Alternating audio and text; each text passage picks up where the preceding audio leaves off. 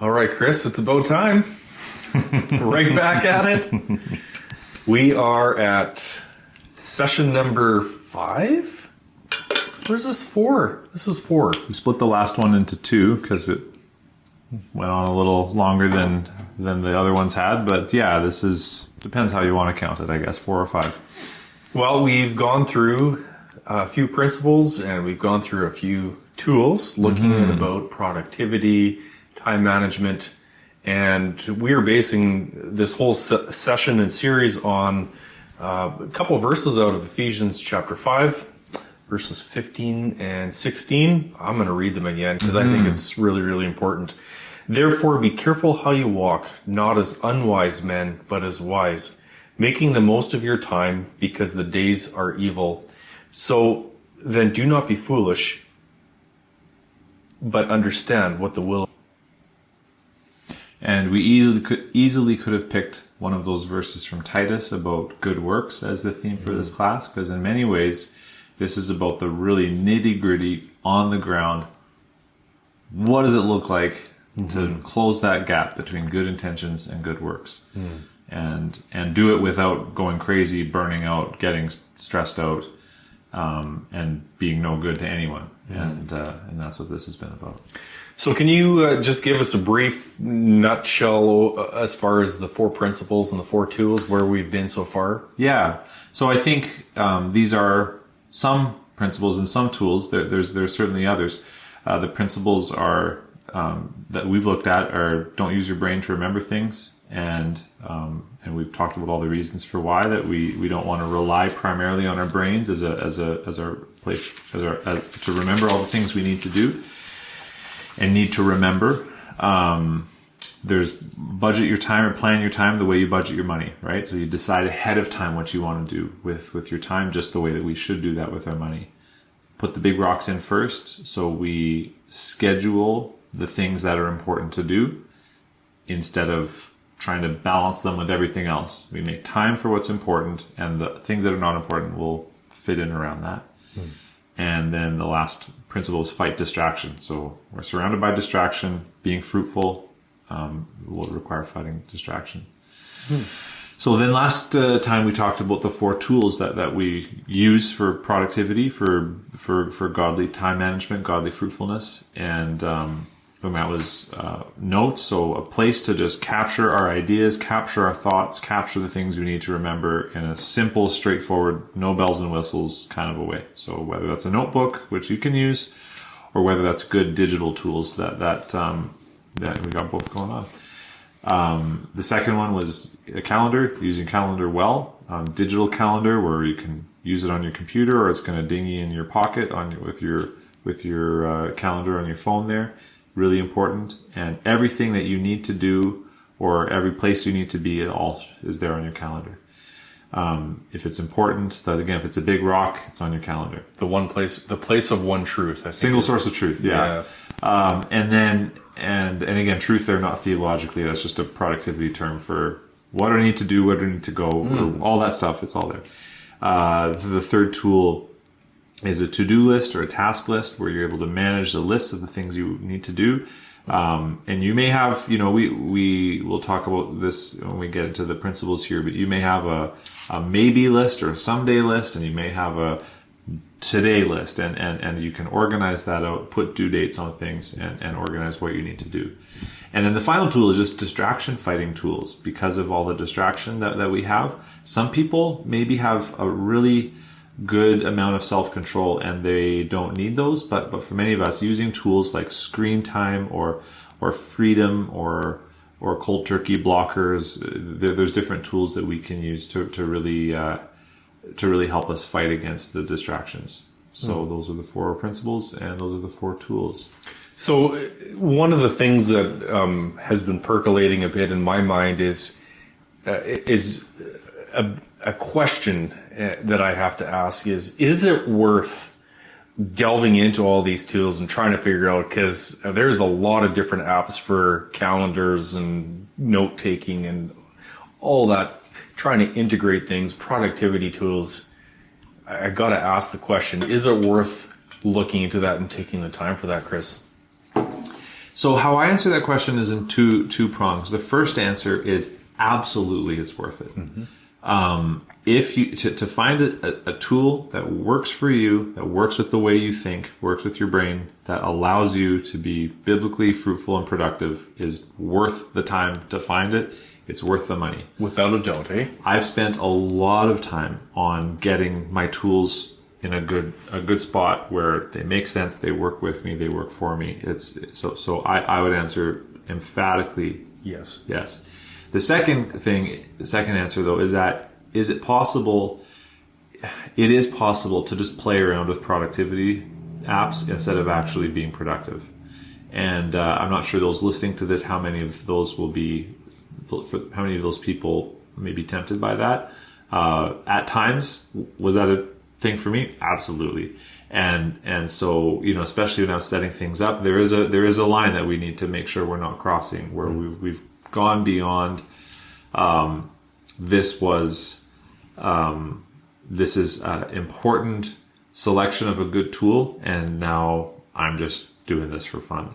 And I think we see those things in other areas, right? Like, whatever your trade is, you're going to need good tools for your trade. Mm-hmm. But then it can also just become where you just are kind of getting tools just for the fun of it? Yeah. And so we got to be aware of that. Yeah. Okay. Let's dive right into the habits and the routines. Yeah. We're going to talk about 4 habits, and we're going to see how it goes with in this session here of how many that we're going to fit in here. These habits move from yearly habits to daily habits, and we're going to start with the big picture. This is where the rubber hits the road. We got our principles, we got our tools. The habits is where the rubber hits the road in terms of actually being productive and doing the kinds of things we need to do. So we're going to begin with a yearly habit, and I say yearly. What we're going to surface here, if it doesn't change a lot for people, they may be able to not have to do this, every year, and yet reviewing it that often is probably going to be helpful. There's a handout or a worksheet, however you want to put it, that comes with this, so people can go download that. If you're listening to this on a podcast, then you're going to want to go to the episode webpage there, and it's going to be on that webpage. And if you're listening to this on our website, it's going to be just right below. And this is the roles and goals audit, the yearly roles and goals audit.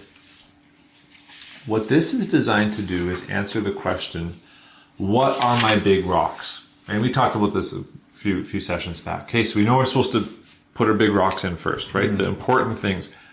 What are those? Mm. What are the things that are important? How do I know what they are? Mm-hmm. And this is where many people get stymied, where many people get where they really struggle here. There are some things that might feel like a priority, but they aren't. There are some things that maybe don't feel like a priority, but they actually should be. Mm. And we can't just assume that the things that we are doing are the right things to do. That's what, we shouldn't, that comes back to the whole big rocks idea, is we shouldn't just assume what I'm doing with my time now is what I should be doing. Look carefully then how you walk, says Ephesians 5. Hmm. And so we should be thinking really carefully, what is important for me to do? Hmm. And then I want to make sure that I'm doing that. And so that requires some thought. That requires thinking. That requires sitting down with a pen and a paper. And this is a place to use pen and paper probably. And just really carefully think through, okay, what should I be doing? What should I be doing with the life that God's given me? And that can happen, in some of the productivity books, it goes really big with the idea of, having a vision for your life and a mission for your life and a mission statement and a vision statement. That can all be really, really valuable. But what we're going to talk about here is something just a little bit more down to earth, which is just the idea that each of us has some roles in our life that God has given to us. And for each of those roles, if we discern what is our goal in that role, what do I actually want to do? What do I want to accomplish? That if we take our roles plus our goals, then that gives us our priorities. And so it's very interesting when it comes to. So what I just said might sound like it doesn't make sense, and hopefully it will as we go through this. When it comes to our roles, a lot of the secular productivity literature will say, you kind of figure that out. What are your roles? So what you kind of decide what you want to do, what you want to be. As followers of Jesus Christ, many of our roles have been chosen for us already. Mm-hmm. And it was really interesting looking through some of the secular productivity literature, and then going to some of the New Testament epistles, where you have a section that's commonly called a household code. And in the letters, it's where you get to the application part of. So Paul's letters often work this way. In particular, here's a theological truth. Here's the truth. And here's what you want to do with it. And what Paul does is he breaks it down to these different areas in their life and says, here's how this area of your life, how you apply this truth. Here's how you apply it in this area. Here's how you apply it in this area. And what that does is it actually gives us a really helpful grid for saying, what are our roles? What are our God-given roles? So Colossians 3 is where I've kind of derived some of these from. And Colossians 3 starts with just ourselves, our walk with the Lord, and who we are before then. If then you've been raised with Christ, seek the things that are above, where Christ is seated at the right hand of God. And it talks about who we are before the Lord, ourselves. And then it goes into talking about our relationships with other Christians, and we could say the church. And that comes in, there's one another's that kind of come in, starting in verse 9, and then those kind of continue throughout the verses that follow, talk about forgiving and walking in perfect unity and harmony, rather, and so you get this sense of relationships with others within the body of Christ. Mm-hmm. And then starting in verse 18, you have family relationships. And so wives and husbands, fathers and children, so you have family relationships. Starting in verse 22, you have instructions to bondservants, which kind of map on to employee-employer relationships. And chapter 4, masters treat your bondservants justly and fairly. So then we get a section on prayer at the chapter of Colossians 4, starting in verse 2. But that prayer really has to do with this final section, which picks up really explicitly in verse 4, which is our relationship with outsiders, those who don't know the Lord, and our relationships with them. So it's really neat how much this actually lines up with what we see in some of the secular literature of.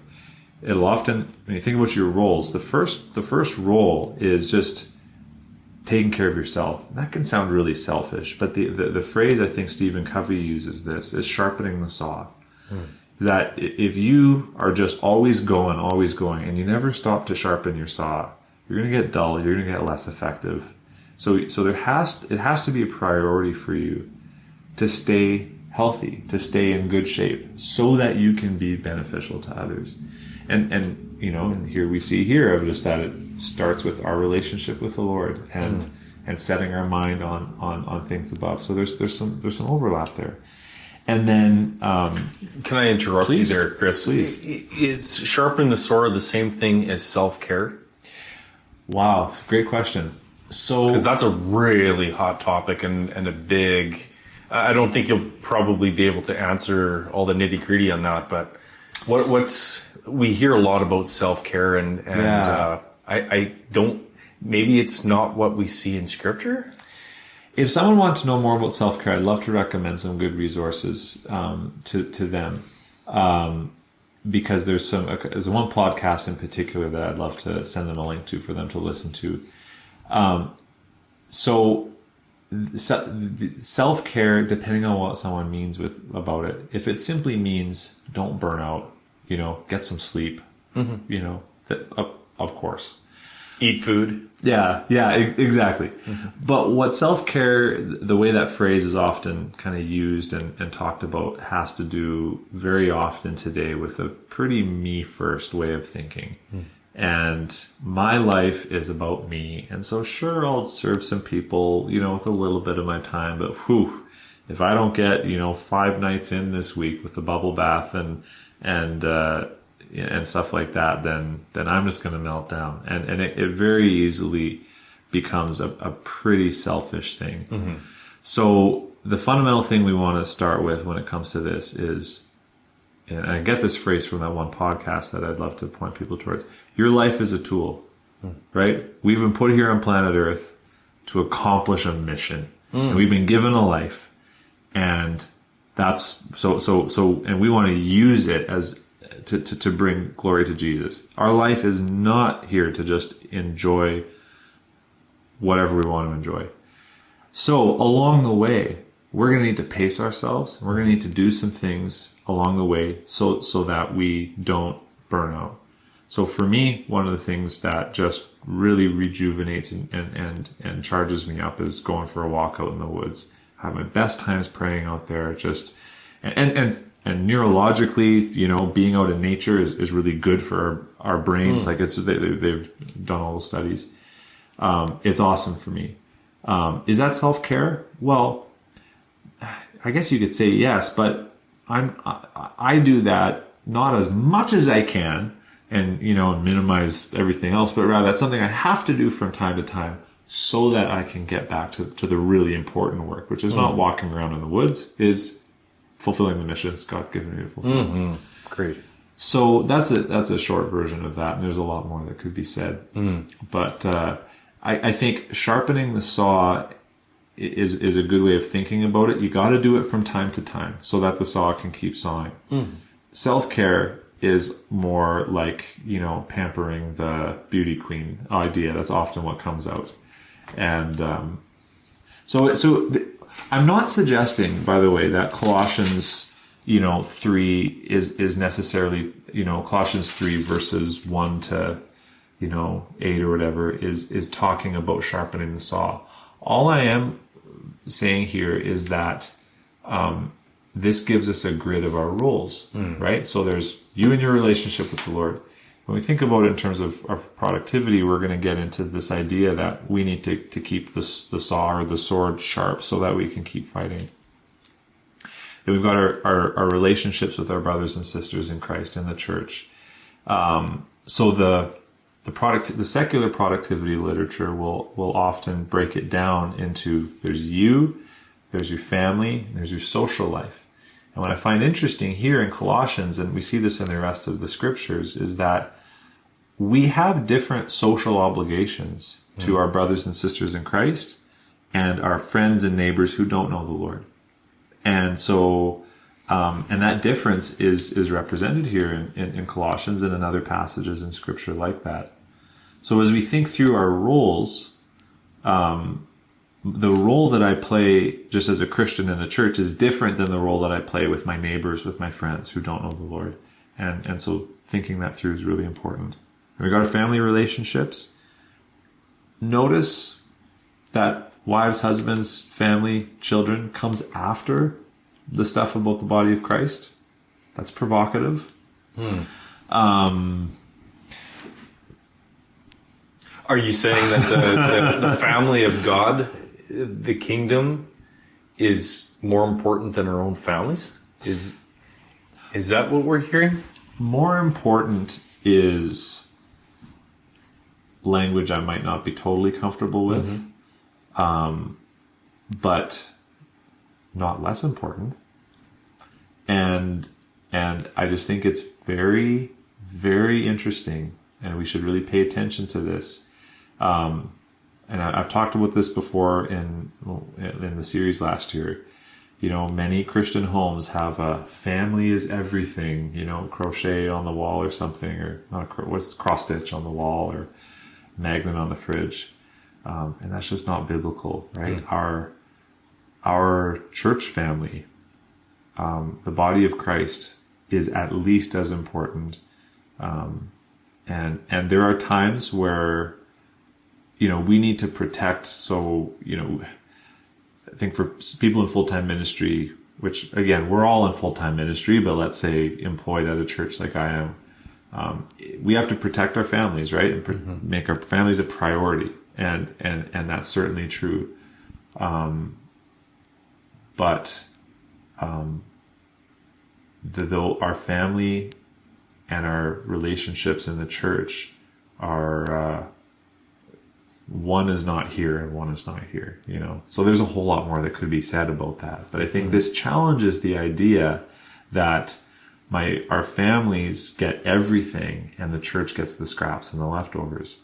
Now, I don't want to say that our church gets everything and our family gets our scraps and our leftovers. We have to balance these things out really well, but they're both very important. Do you see that in certain realms, the church would be promoted as that's what needs to be considered first above everything else, including family, or vice versa? Family is seen as more important than the church. Totally, I've seen the pendulum swing pretty hard, right? So there's the guys, and this isn't anyone in EBC, but like there's the stories of the guys who you'll ask them to serve at a program or ministry at the church, and they'll say, well, no, because I need to be at home reading the Bible to my kids 7 days a week before they go to bed. So is reading the Bible to your kids a really good idea? Yeah. But is that taking things a little bit too far? I think we'd agree it probably is. But then on the other hand, there's the guys who it's like they're at everything, they're serving everywhere, they're having prayer meetings with guys impromptu all the time, they're evangelizing their neighbors, and they look like the star Christians, and their wives are miserable and rightly so, because and I can think of some people, again, not in the EBC context, just from past ministry contexts. So yeah, they and that's a part of what happens here with your roles and goals, is that as you map these things out, you start to think about things like this. Am I spending too much time with my family and not enough time serving my church, or vice versa? And as we get to some of our weekly stuff, we're going to say, hey, last week I was at the church a lot, or I was with my neighbors a lot, or I was, helping out someone, in my church, helping them move or doing something. I was with them a lot. My family didn't get quite so much. So this week I'm going to spend a couple extra nights with my family, and really, and so it's about balancing those things out well. So anyways, we're getting ahead of ourselves here. The point is just to think through these relationships and to pay attention to how they're categorized. So yeah, we've got ourselves, church, and relationships with other Christians, family relationships, workplace type relationships, and then relationships with unbelievers. And just, we could even include that in there, just sort of the general social life idea. Now, those are our big roles. We can go more in depth than this. And that's why on the handout here, and this isn't quite the final form that will be on the handout, but underneath some of the big roles are some sub roles.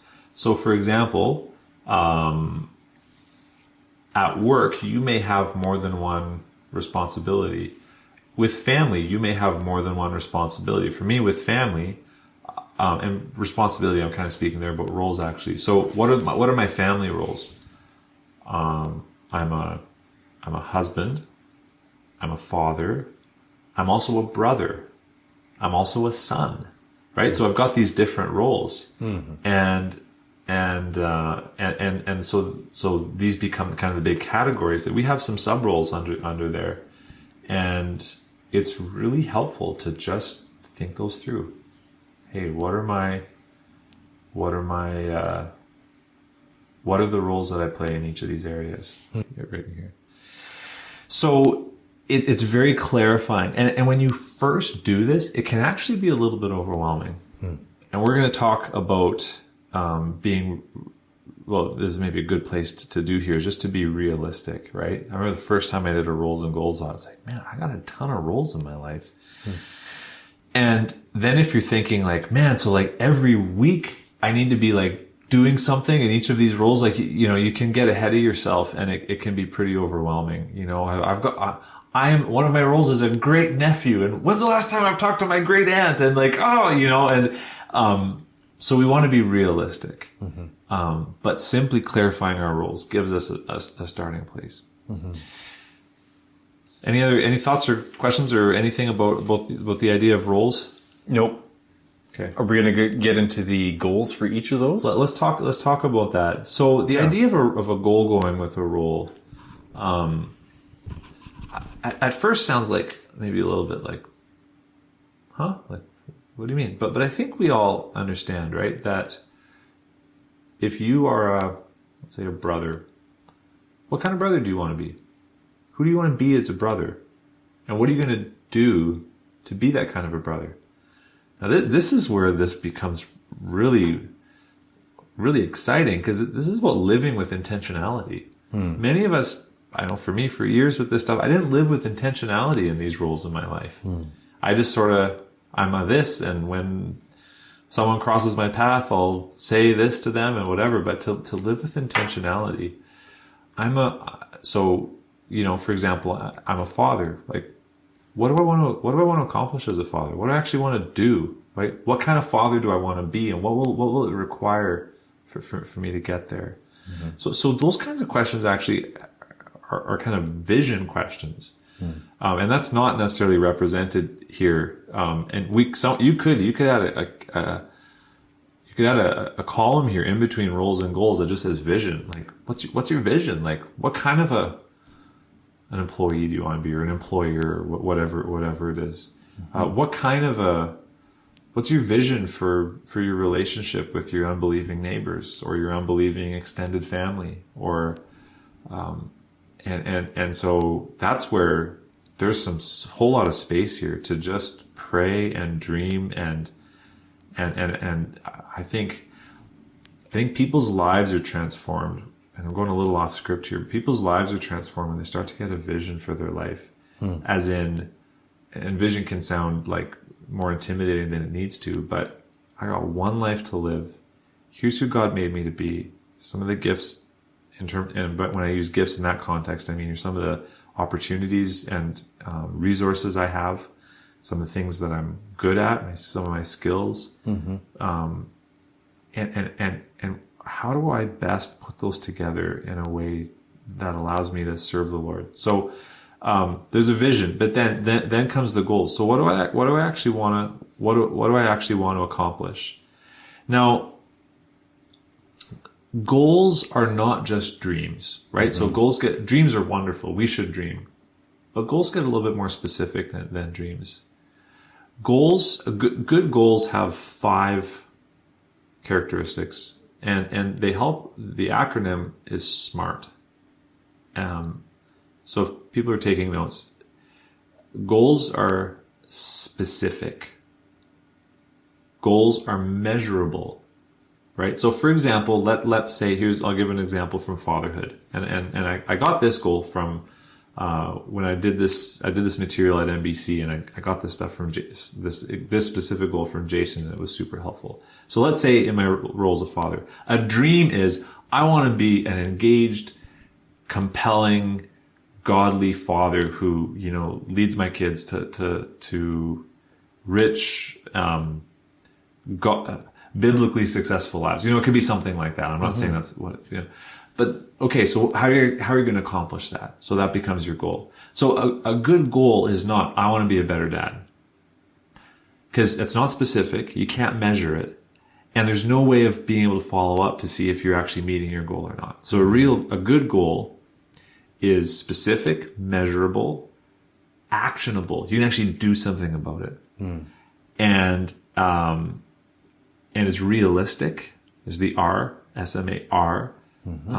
And it's T, it's timely. It has to do with time. So for example, so the goal, and I got this from Jason, is that once a month I'm going to take each of my kids out for breakfast. So that's one of the goals that goes along with my role as a father. It's specific. There it is. Once a month, take my kid out for breakfast. It's not just, I want to do that sometime, or I want to spend quality time with my kids. That's not a specific goal. So I'm going to take them out, It's measurable. I can look back and see, did I do that last month? So it's actually measurable. If it's just, I want to spend more time with my kids, how do I know if I've done that or not? Yeah, good point. It's actionable. So again, I want to spend more time with my kids. Okay, so what are you going to do? Like, what's that actually look like? Whereas the very specific goal, I'm going to take them out for breakfast once a month. I know what to, now I know what the action is. It's realistic. I want to take each of my kids out for breakfast every week. That's not incredibly realistic for me right now. Once a month, I can do that actually. And so it's realistic. And again, it's time bound. So if my goal was, I want to take each of my kids out for breakfast more. Well, first of all, you can't really measure that, but it's also not time bound. It's just like, what is more? So a good goal has those 5 criteria: SMART, specific, measurable, actionable, realistic, and time bound. And that's not my only goal with being a father, but that's one of my goals. So I have a dream or a vision that goes with my role. And so I go for that, developing those specific goals. And those specific goals are really, what become our big rocks. So again, this so excites me to talk about, and I really hope people get this whole vision here of not just living life in this reactive kind of a way, coasting along on default mode, but that we really grab life by the horns and say, here's my roles, here's what God's given me to do. I got one life. I want to be fruitful in good works. So here's what that's going to look like. And so you think this through with, your walk with God, right? I want to read my Bible more. Might be one of them. That's not a good goal. What's a good goal? I'm going to do it this many times in the week. I'm going to do it for a certain period of time. This is the time of the day that I do it. Right. Yeah. And that way you're able to follow up and make it realistic, right? So that's one of the things with developing a devotional habit is many people start by saying every day. And I don't think that's realistic for most people. So yeah, my advice to people is, 15 minutes 3 times a week. And people, well, that's it. Well, yeah, but you'll actually do it. Getting those very specific goals that go along with that. I want to pray more. Not a good goal. I am going to set aside 15 minutes 3 times a week at noon hour to pray, for example. And I'm gonna here's what I'm gonna do. I'm gonna leave this environment and go on a walk or whatever it is. So that our goals become very, very specific. Would you say it's probably not so much if you're to say I want to pray more is not so much a bad goal as much as it is something that it's hard to bring into reality? You're able to actually follow through with something that's a little more specific. Would that be a good way of saying that? Absolutely. A bad goal would be I want to sit in my couch and watch more TV. Yes. Right? I would say it is a poorly formed goal. Yeah. It's a great goal. Yes, for sure. But you got to form it better. You got to crystallize it a little bit more so that it's something that will actually happen instead of just remaining at that level of a good intention. Yeah, absolutely. The first time you do a goals and roles audit, it can be overwhelming. So that's where the realistic part really matters. And pare it down. Different guys will in the productivity literature will give different recommendations. Like maybe in each of these areas, and maybe there's more areas that you want to add here. Like maybe there's some specific goals or roles in your life you want to do. But the idea that there'd be maybe 2 or 3 goals for each of your roles. Maybe for some of them it's just 1. I probably wouldn't go above that. at least for starters. Again, often if someone's doing this for the first time and they're really going to do it, you dream really big and you got all these goals. So it'd be way better to start small and actually start doing those things and build on it. Yeah, that's but to start to just think about being intentional. One of the examples when I was doing this with the university students, because we were talking all the time about the international university students that were there and like, what a great opportunity to share the gospel. What does it actually look like? So I said, so for them, one of their roles was student, and that would probably fit under the workplace idea, right? So I gave as a sample goal, show up at class 15 minutes early, 2 times a week, to have intentional conversations with other students. So, but for us to think that way about our neighbors, maybe a goal for us is one time this summer, invite our neighbors over for barbecue. Maybe you want to make it 2 times this summer. Maybe you want to do that every month, whatever it is, but get intentional. Those become your big rocks. And then as we're going to talk about in the future, we're going to wrap this conversation up here soon. But as we're going to talk about with the other habits is then those goals actually get translated into items on your to-do list or appointments on your calendar. So for me, I've got Saturday morning, it's there. Take one of the kids out for breakfast and it's there. And so your roles with some vision in there become goals that actually concretely show up as you plan your time. Excellent. So there's structure to it sounds like. Absolutely. You got it right. The only thing that ever just happens is sin. We have to be structured with this. Great. Good. So I think we'll probably leave it there for this session. Hey, I think that's great. Yeah, I'm looking forward to looking at the other habits that we're going to be talking about. And right. Yeah, let's do that next time. Yeah. So the habits that are coming up, just to give people a bit of a sneak preview, is taking some time each week to kind of map out some of the big strokes of what your week is going to look like. Then there's taking some time each day. And so that's the weekly planning or the weekly scheduling, maybe 30 to 60 minutes, depending on who you are and what you need to do. And maybe it's only 15 minutes. Daily planning might be 5 minutes, just kind of taking some time each day to kind of chart out what's there. And then the fourth habit is get to work and roll with the punches. Just do it, hey? And we'll get there. Right on. Great. Looking forward to doing this again here shortly, Chris. Yeah, me too. Right on.